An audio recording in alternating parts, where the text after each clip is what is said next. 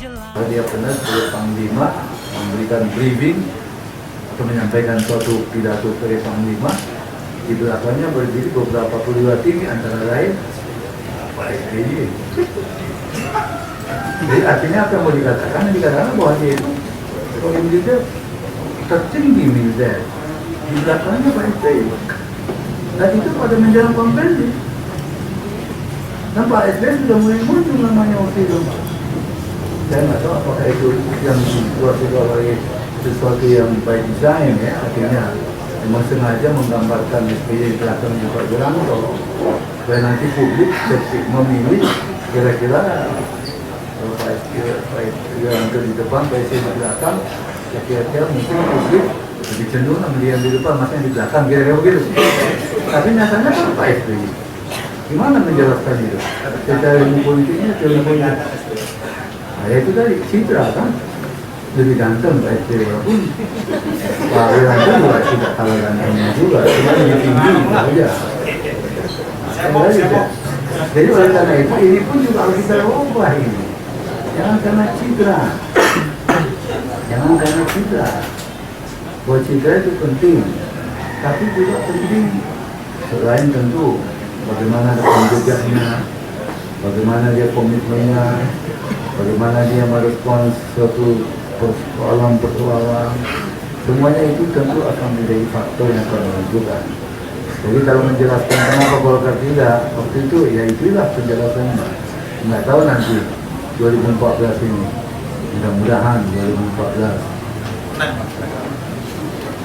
Ya kalau saya serahkan kalian lah, kalau saya bilang nanti yang saya menang atau tidak. Kalau saya mau katakan ya tentu saya mengatakan ya Golkar tentu ingin juga menang. Pertama tentu menang pilek dulu gitu loh, itu dulu. Kalau berikutnya baru kita lihat dulu, kita cermati lagi tentu. Nah itu kembali tadi. Jadi karena itu mengenai soal, saya katakan memang demokrasi terkait juga orang itu kepemimpinan juga sangat terkait. Pemimpin itu gantinya mau lihat demokrasi itu penting atau tidak? Concern namanya. Ya interest kepentingan dong untuk membangun. Kalau dia ada kepentingan akan dibangun. Kalau tidak, ya tentu dia tidak akan itu menjadi kepentingan. Misal ada yang saya tokoh-tokoh kan demokrasi itu telah mencapai kesejahteraan. Dan yang paling penting kan sejahtera, gitu loh. Jadi kalau seandainya yang penting sejahtera, kita tidak perlu juga demokrasi, yang penting sejahtera. Kita masih bagaimana caranya? Demokrasi dan kesejahteraan menurut saya tidak bisa kita pisahkan. Demokrasi itu secara cara, secara sistem, secara tujuan itu juga tidak bisa dipisahkan dengan kesejahteraan. Demokrasi tujuannya juga adalah membangun, menciptakan kesejahteraan, kebaikan bersama. Caranya pun juga demokratis.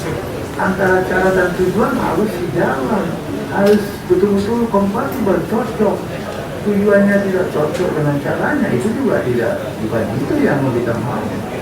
Kalau hanya tujuan yang menjadi utama, sistem cara tidak penting, kan bisa berlaku suatu adagium, suatu pendapat tujuan menghalalkan cara, dianjak supaya pemimpin. Apa iya kan tidak? Kita tidak mau tujuan menghalalkan cara. Tujuan penting, tapi cara juga penting. Cara penting, tapi untuk melakukan tujuan yang penting gitu. Jadi antara tujuan dan cara tidak bisa dipisahkan. Jadi oleh karena itu saya mendapat ya memang cara demokrasi harus kita bangun dalam kehidupan politik. Dalam demokrasi itu kan ada juga hukum check and balance. Kekuasaan itu kan tidak boleh dibiarkan begitu saja, harus dicek, harus dibalance, harus diimbangi. Kalau tidak berlaku ada dia lagi. World action, power dan corrupt, absolute power, absolutely. Nah, kita tidak mau itu. Jadi karena itu tentu. Nah tadi yang kata oleh adik-adik tadi ya, kita ingin membangun sistem check and balance dalam partai pun harus dibangun. Jangan menjadi partai pengambilan keputusannya tidak ada sistem atau mekanisme yang bisa melibatkan para stakeholder partai dan juga harus ada juga sistem check and balance. Kalau saya katakan sebagai apa mayoritas dari itu, ada yang mayoritas